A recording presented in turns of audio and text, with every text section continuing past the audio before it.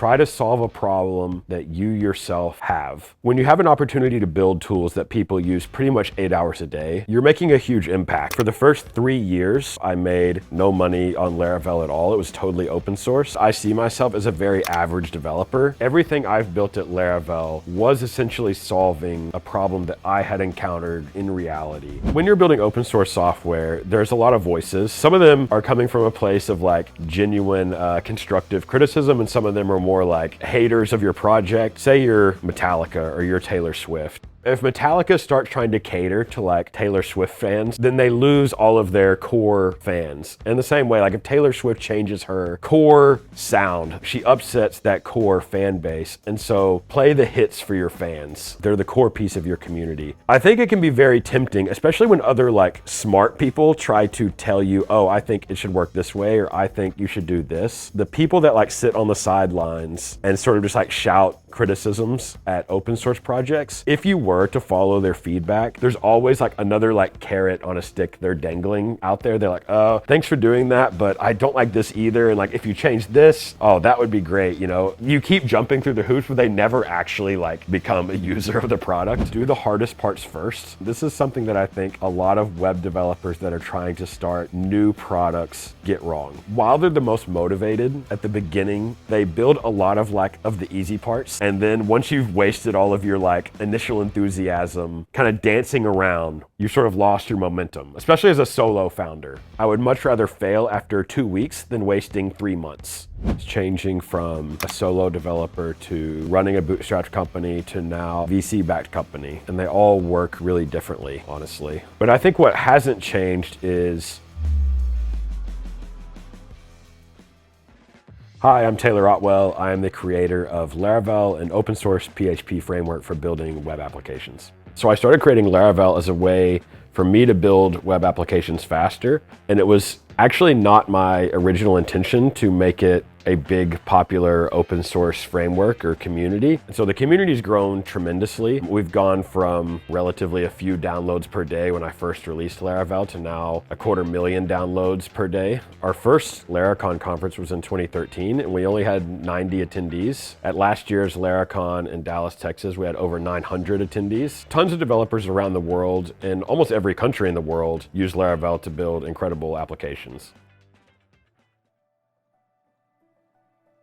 I grew up in Hot Springs, Arkansas. It's a relatively small town in central Arkansas. I was always fairly interested in computers and the web as a kid. I think I built my first website when I was about 10 years old. I think I was one of the only kids I knew that knew how to build anything on the web, which was kind of fun because like when you're the only kid in school that can build a website, everyone wants you to build a website for them. So it was a pretty interesting way to grow up, not being around any other techie people or kids or startups. It's a very different world programming and being a developer in Arkansas than being, for example, in Silicon Valley. But overall, I think that being in Arkansas has helped me maintain a level of focus and clarity on what I wanted to build that I probably wouldn't otherwise had if I had been somewhere else. College was a good experience in a sense because a lot of my professors were very old school programmers. Some of them had worked at like NASA. Many of them did not even use like a GUI on their computer. You know, they were like very old school, nerdy programmer people teaching me like core foundational programming concepts that apply across all languages. They really understood the foundational concepts of building good software, which I think was extremely helpful. So when I was working just like a day job as a software engineer, I always gravitated towards building tools for the other engineers at the company. Like I would always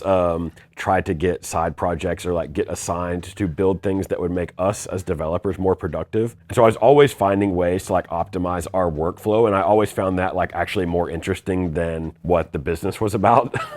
I had some businesses that I wanted to build, some startup ideas, and PHP is a web programming language that is very easy to deploy out onto the web. It's easy to run and maintain and to ship. I needed sort of like a toolkit to build these web applications more quickly. And there was other ways to do this in PHP. There was existing frameworks that were already out there. Many of them were kind of dated and maybe getting a little older. And I thought that I could build a little bit more modern take on how to build web applications in PHP. Once I was almost done with it, I thought like, this is actually kind of cool and maybe other people would want to use Laravel to build things. So that's when I decided to open source it, put documentation around it, and try to share it with the world. And for the first 3 years of Laravel's life, I made no money on Laravel at all. It was totally open source. I had sort of written my own scripts to automate this on my machine, but I decided to build user interface around it and build like a product out of shipping Laravel applications to the web. And I called that Laravel Forge. And I released that in 2014. And honestly, I had no idea how it was going to perform, like how many customers it was going to have.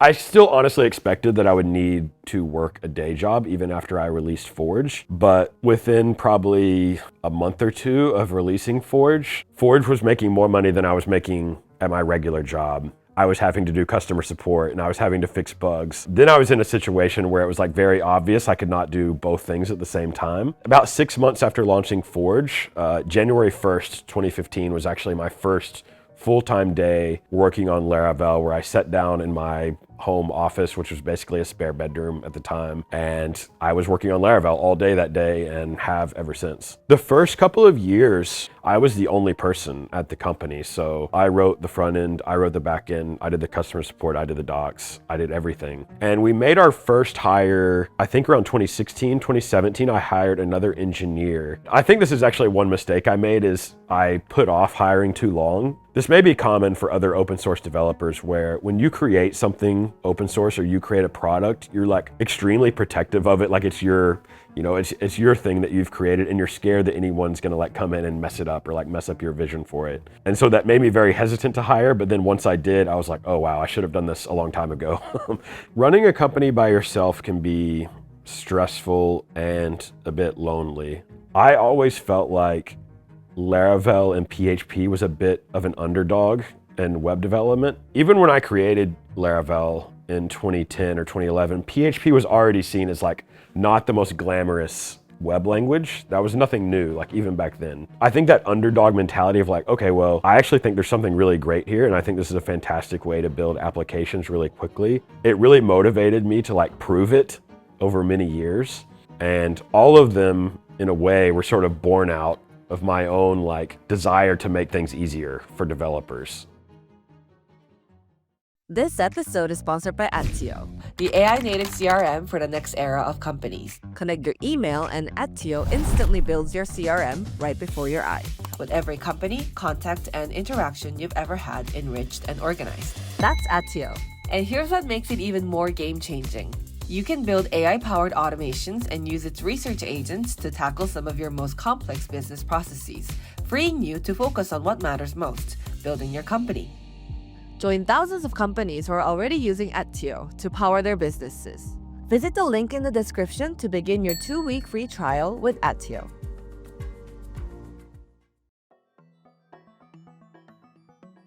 I think open source is powering almost every business in the world at this point.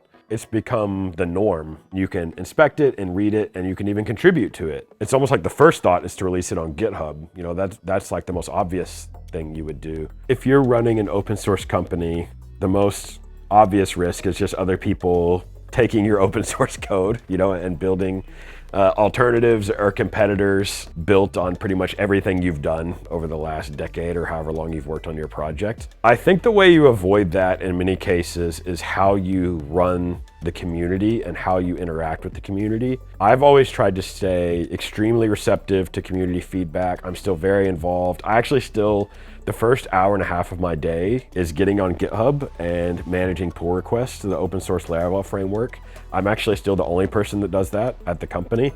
I think if you develop an attitude where you're not listening to the community and they feel that, that's when you start getting grumblings in the community, people get unhappy, and then you run the risk of a fork in the open source project. Forks the project, renames it. This is now a better, more community-friendly version of your product. That's the biggest risk. When you're building open source software, there's a lot of voices. They all have an opinion on where you should take the framework. And some of them are coming from a place of genuine constructive criticism, and some of them are more just sort of haters of your project.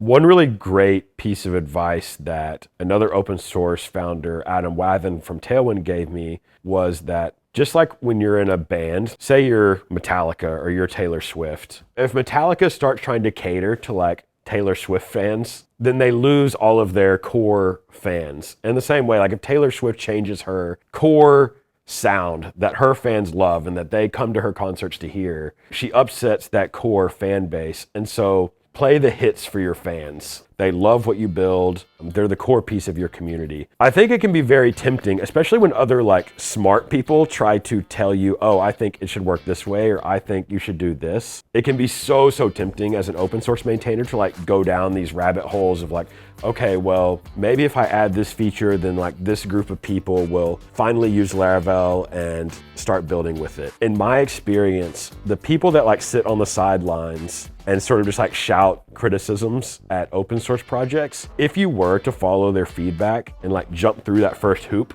of what they want you to do, there's always like another like carrot on a stick they're dangling out there. They're like, oh, thanks for doing that, but I don't like this either. And like, if you change this, oh, that would be great. You know, you keep jumping through the hoops, but they never actually like become a user of the product, which can be incredibly frustrating. So listen to just your core audience that's already building with Laravel and they love what you're doing and they have businesses on Laravel. It's important to hear outside feedback too, but just use caution with how far you stray from like your core beliefs and what you think your product needs to be.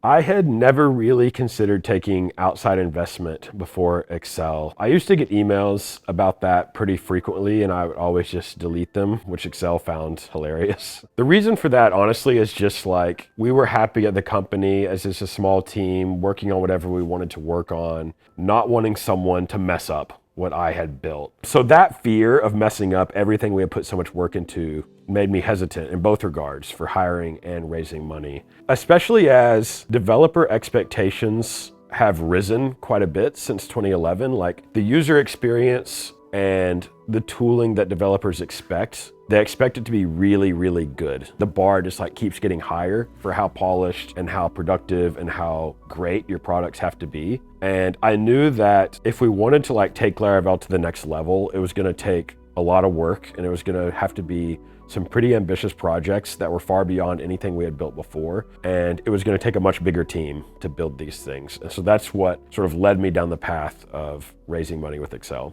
It's been a gradual process changing from a solo developer to running a bootstrapped company to now trying to lead a VC-backed company. And they all work really differently, honestly. When I was bootstrapping the company, it was extremely flat. But at the same time, when you go from 10 to 50, there are just new layers of organizational hierarchy and management that comes with that. But I think what hasn't changed is our core mission to build awesome developer tools. Like that's still the mission we're on. And so like our underlying mission of building great products, nurturing a really great community with community events like Laracon and Laravel Lives and meetups, all of that is the same. But I feel like I should have grown this kind of team much earlier, but I was scared to and I didn't know how to really. And bringing on people that can help us build these products and help us grow this community beyond what I'm capable of myself. And I'm super excited to see where we can go in the next few years.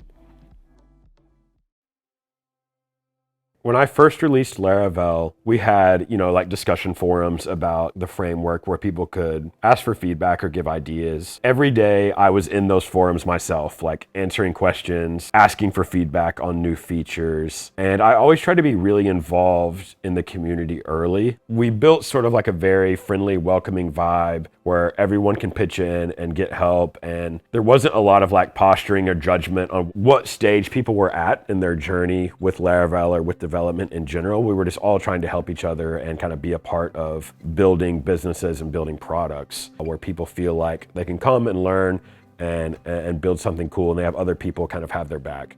Everyone wants to be a part of something, like they want to contribute to something. And if they feel like they can actually have an impact on the software, which you can, I think for a lot of people, that creates a very strong like sense of belonging and community. If you were to pull up a contributor list of Laravel, like their name is now on the list forever. I think of people like Jeffrey Way that founded Laracast, creating video content and educational material about how to use the framework. He was actually the first person to build a full-time career around Laravel, even before I did. By embracing and encouraging those relationships, I think it helped build a really vibrant, strong community. And it's good for us as well because people are constantly making content about, our framework. I've always said I see myself as a very average developer, which that sounds bad, but I think it's actually been a really good thing because there's a lot of average developers in the world, and I feel like I build tools that helps the average developer do their job quickly, and that is just statistically a lot of people. When you have an opportunity to build tools that people use pretty much 8 hours a day at their job, then you're making a huge impact, like on someone's personal enjoyment of their life. I think is really interesting and amazing and like this huge privilege. And it's something very few companies and software tools really get to do. The most common advice I give first is try to solve a problem that you yourself have. These are the problems that you're going to understand the most deeply. Everything I've built at Laravel was essentially solving a problem that I had encountered in reality. Many of them are things that I needed. And I think that if possible, you should try to build a business that way to where you are a customer yourself. The second piece of advice I would give would be do the hardest parts first. This is something that I think a lot of web developers that are trying to start new products get wrong. While they're the most motivated at the beginning of that idea, they build a lot of the easy parts. Like they might build, I'll build the login form first. And you spend a month or two building all of these really easy parts, and you're kind of procrastinating in this clever way of tackling the core, hardest problems you need to solve to really make this product great. And then once you've wasted all of your initial enthusiasm, kind of dancing around, you sort of lost your momentum, especially as a solo founder. And so for me, when I have a new product idea, I absolutely try to build the most impossible part first. Like the part I'm not sure that I even have the skills to build or understand or whatever, I'll just try to get that working. Even though it's the hardest part, if you do that at the beginning, you're the most motivated. And if you crack it and you nail it, the other part is just it's all downhill from there as far as building the product. If you fail, you would rather fail earlier, building the product. I would much rather fail after 2 weeks than wasting 3 months. So do the hardest part first and try to solve problems you deeply understand, being customer number one yourself.